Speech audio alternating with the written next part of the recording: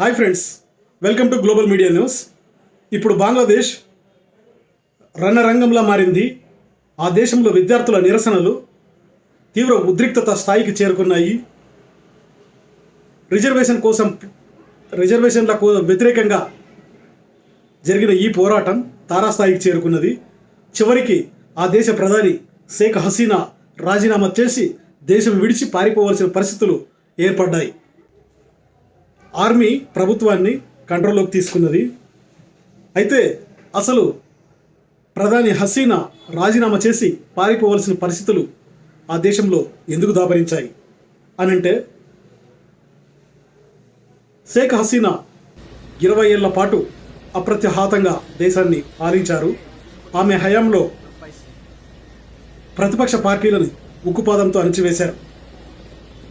ఇది ఒక ఎత్తు అయితే, 20 ఏళ్ల పాలనలో సహజంగానే ప్రభుత్వంపై వ్యతిరేకత అనేది ఉంటుంది. అయితే ఈ వ్యతిరేకత అనేది అంతర్గతంగా గూడు కట్టుకొని ఉంది. కానీ ఇటీవల ఒక 2-3 నెలలుగా బంగ్లాదేశ్లో రిజర్వేషన్ కోటాపై విద్యార్థులు తీవ్ర ఆందోళన వ్యక్తం చేస్తున్నారు. దీనికి కారణం రిజర్వేషన్లలో ఉండే కేటగిరీలే.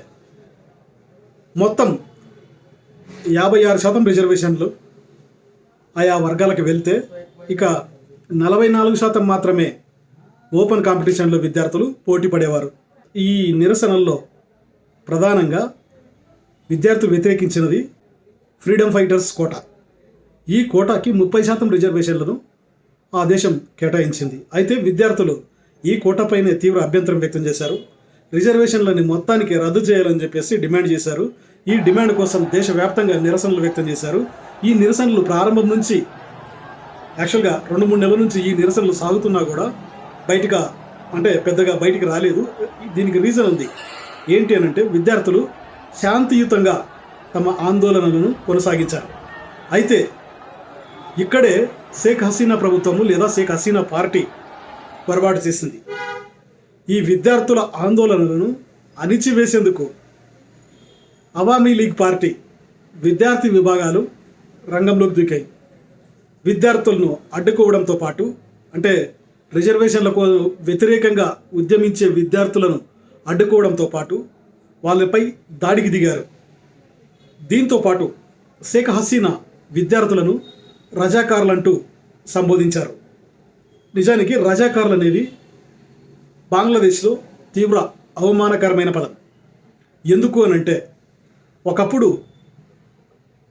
పశ్చిమ పాకిస్తాన్లో భాగమైన బంగ్లాదేశ్ స్వాతంత్రం కోసం పోరాటం మొదలెట్టింది. ఈ స్వతంత్ర పోరాటంలో బంగ్లాదేశ్కు వ్యతిరేకంగా, పాకిస్తాన్కు అనుకూలంగా ఎవరైతే పోరాడారో వారిని రజాకార్లని పిలిచేవాళ్ళు. రజాకార్లు అంటే దేశద్రోహులని అర్థం. ఈ రజాకార్లు అనే పదంతో విద్యార్థులని ఓ రకంగా షేక్ హసీనా రెచ్చగొట్టారు. ఈ రెచ్చగొట్టడంతో విద్యార్థులు మరింతగా రెచ్చిపోయారు. ఈ విద్యార్థులు చేపట్టిన ఆందోళనలు హింసాత్మకంగా మారాయి. సుమారుగా 200 మంది విద్యార్థులు మొదటి విడతలో మృతి చెందారు. మొదటి విడత ఆందోళనల్లో మృతి చెందారు. సుమారు 10,000 మంది విద్యార్థులని అక్కడి పోలీసులు అరెస్ట్ చేశారు. ఈ ఆందోళనలను అణిచివేసేందుకు ఆర్మీని ప్రభుత్వం రంగంలోకి దింపింది. షూట్ అండ్ సైట్ ఆర్డర్ కూడా ఇచ్చినట్టు అక్కడ మీడియా వర్గాలు చెబుతున్నాయి. అయితే ఈ విషయంలో బంగ్లాదేశ్ సుప్రీంకోర్టు జోక్యం చేసుకొని ఈ రిజర్వేషన్ కోటాను సంస్కరించింది. కేవలం రిజర్వేషన్లను 7% మాత్రమే పరిమితం చేసింది. మిగిలిన 93% రిజర్వేషన్లను 7% పరిమితం చేసిన తర్వాత మిగిలిన 93% ఓపెన్ కేటగిరీ కింద కేటాయించింది. ఓపెన్ కేటగిరీ అంటే ఎవరైనా పోటీ పడవచ్చు అన్నమాట. సో ఈ ఆందోళనలతో సుప్రీంకోర్టు సవరించిన తర్వాత కాస్త విద్యార్థులు శాంతించారు. అయితే ఈ ఆందోళనలను విరమించిన తర్వాత విద్యార్థులు ప్రధానంగా 3 డిమాండ్లు చేశారు. 3 డిమాండ్లు చేస్తూ అల్టిమేటం కూడా జారీ చేశారు. ఏమనంటే, వారంలోగా పరిష్కరించకపోతే ఈ అల్టిమేటమ్స్ను విషయంలో ప్రభుత్వం స్పందించకపోతే మళ్ళీ ఉద్యమిస్తాం అని విద్యార్థులు తేల్చి చెప్పారు. ఆ 3 డిమాండ్లు ఏంటంటే, ఆందోళనల్లో మరణించిన విద్యార్థుల కుటుంబాలను ఆదుకోవాలి, ఇది మొదటి డిమాండ్. రెండో డిమాండ్ ఏంటంటే, ఆందోళనల్లో అరెస్ట్ అయిన విద్యార్థులు సుమారుగా 10,000 మందికి పైగా ఉన్నారు. ఆ విద్యార్థులను బేషరతుగా విడుదల చేయాలి, ఇది రెండో డిమాండ్. మూడో డిమాండ్ ఏంటంటే, విద్యార్థులను రజాకారులు అని పిలిచినందుకు షేక్ హసీనా, ప్రధానమంత్రి షేక్ హసీనా సారీ చెప్పాలి అని విద్యార్థులు డిమాండ్ చేశారు. ఈ 3 డిమాండ్లు చేస్తూ మళ్ళీ లాస్ట్ శుక్రవారం అంటే 30వ తేదీన ఉద్యమానికి మళ్ళీ పిలుపునిచ్చారు. ఈసారి విద్యార్థులు సహాయ నిరాకరణ పేరుతో నిరసనలకు పిలుపునిచ్చారు. ఈ నిరసనల్లో వీటిని కూడా శాంతియుతంగా నిర్వహిస్తామని విద్యార్థులు చెప్పినప్పటికీ మళ్ళీ అవామీ లీగ్ అంటే షేక్ హసీనా మళ్ళీ చేసిన పొరపాటు ఏంటంటే, మళ్ళీ అవామీ లీగ్ పార్టీకి చెందిన విద్యార్థి విభాగాలను ఈ నిరసనలను అడ్డుకోవడానికి దింపడమే. ఇది రెండో తప్పిదం. మొదటి తప్పిదము విద్యార్థులను రజాకారులని పిలవడం. రెండో తప్పిదము విద్యార్థులను మళ్ళీ అణచివేసేందుకు అవామీ లీగ్ పార్టీకి చెందిన అంటే సొంత పార్టీకి చెందిన ప్రధాని సొంత పార్టీకి చెందిన విద్యార్థి విభాగాలను రంగంలోకి దింపడం. వాళ్ళు విద్యార్థులను అడ్డుకునేందుకు అంటే నిరసనకారులను అడ్డుకునేందుకు ఈ విద్యార్థులు పోటీగా అంటే కర్రలతో దాడులకు దిగారు. ఈ దాడులు విద్యార్థులను భయపెట్టాయి. ఈ దాడులను అణచివేయడానికి పోలీసులు, army, anti crime protection force అని ఇంకొకటి మొత్తం 3 రంగంలోకి దిగి విద్యార్థులపై క్రూరంగా దాడి చేశారు. ఈ దాడుల్లో సుమారుగా మళ్ళీ 100 మందికి పైగా మరణించారు. అంటే ఈ ఆందోళనలో మొత్తం ఇప్పటి వరకు 300కి పైగా మరణిస్తే వందలాది మంది తీవ్ర గాయాల పాలై ఆసుపత్రిలో చేరారు. ఇక అరెస్టులు అయితే 11,000 మందికి పైగా అంటే 11,000 మందికి చేరినట్టు నివేదికలు చెబుతున్నాయి. ఇక ఈ నిరసనల్లో ప్రధాని రాజీనామా చేయాలంటూ డిమాండ్ చేశారు తాజాగా. అంటే ఆదివారం జరిగిన ఈ హింసాత్మక ఘటనల తర్వాత ప్రధాని షేక్ హసీనా రాజీనామా చేయాలంటూ విద్యార్థులు డిమాండ్ చేశారు. ఈ డిమాండ్కు ఆమె ఒప్పుకోలేదు. కానీ తాజా రాజకీయ పరిణామాల నేపథ్యంలో షేక్ హసీనా రాజీనామా చేశారు. ఉన్నటువంటి దేశం విడిచి వెళ్ళిపోయారు. విషయం తెలుసుకున్న ఆందోళనకారులు ఆమె ఇంటిని ముట్టడించారు. ఆమె ఇంట్లోకి చొరబడి అక్కడ వస్తువులను కొల్లగొట్టారు. నిజానికి ఈ రిజర్వేషన్ కోట అక్కడ ప్రభుత్వాన్ని పడిపోయేలా చేసింది. తాజా పరిస్థితులను గమనించిన ఆర్మీ వెంటనే యాక్షన్లోకి దిగింది. ప్రభుత్వాన్ని స్వాధీనం చేసుకుంటున్నట్టు తెలిపింది.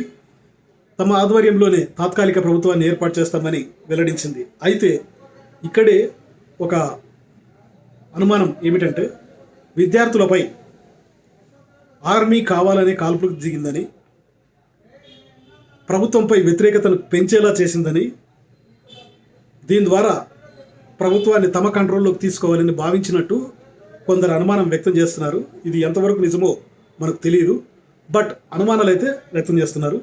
ప్రస్తుతం షేక్ హసీనా ప్లస్ ఆమె సోదరి దేశం నుంచి వీడి భారత్కు అగర్తలకు చేరుకున్నారని తెలిసింది. అగర్తల నుంచి ఢిల్లీకి వెళ్తారని, ఆ తర్వాత లండన్కు వెళ్ళే అవకాశం ఉందని నివేదికలు చెబుతున్నాయి. ఇది ఎంతవరకు అనేది మనకు తెలియదు.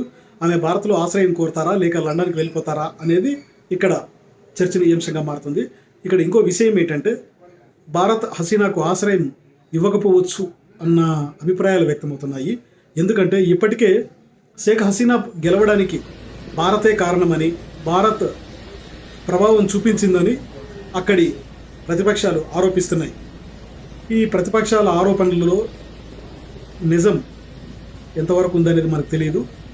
భారత ప్రభుత్వం అయితే పొరుగు దేశాల విషయాల్లో మేము జోక్యం చేసుకోమని క్లారిటీగా క్లియర్గా చెప్తోంది. అయితే అక్కడ ప్రజల్లో కూడా కొంతమంది భారత్ను వ్యతిరేకిస్తున్నారు. ఈ నేపథ్యంలో షేక్ హసీనాకు ఆశ్రయం ఇచ్చి మన దేశం రిస్క్ చేస్తుందా అనేది తేలాల్సి ఉంది.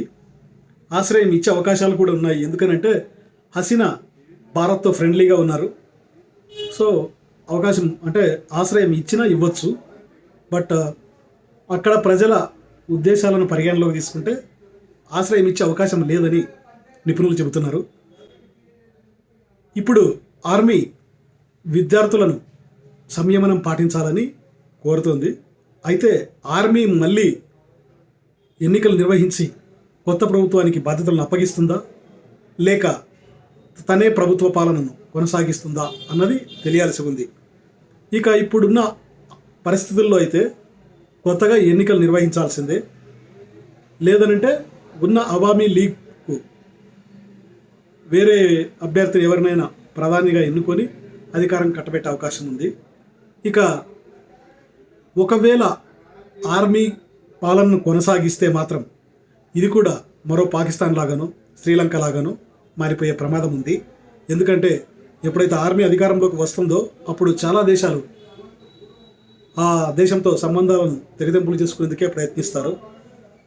ఆర్మీ ఒకవేళ ప్రజాప్రభుత్వాన్ని ఏర్పాటు చేస్తే తప్ప పరిస్థితులు సద్దుమణగవు. బంగ్లాదేశ్ మొత్తం వస్త్ర పరిశ్రమపైనే ఎక్కువ ఆధారపడి ఉంది. అంటే స్టిచ్చింగ్, డిజైనింగ్ ఇలాంటివి ఎక్కువ బంగ్లాదేశ్లో ఉంటాయి. ఈ పరిశ్రమ ఆ దేశానికి వెన్నెముక లాంటిది.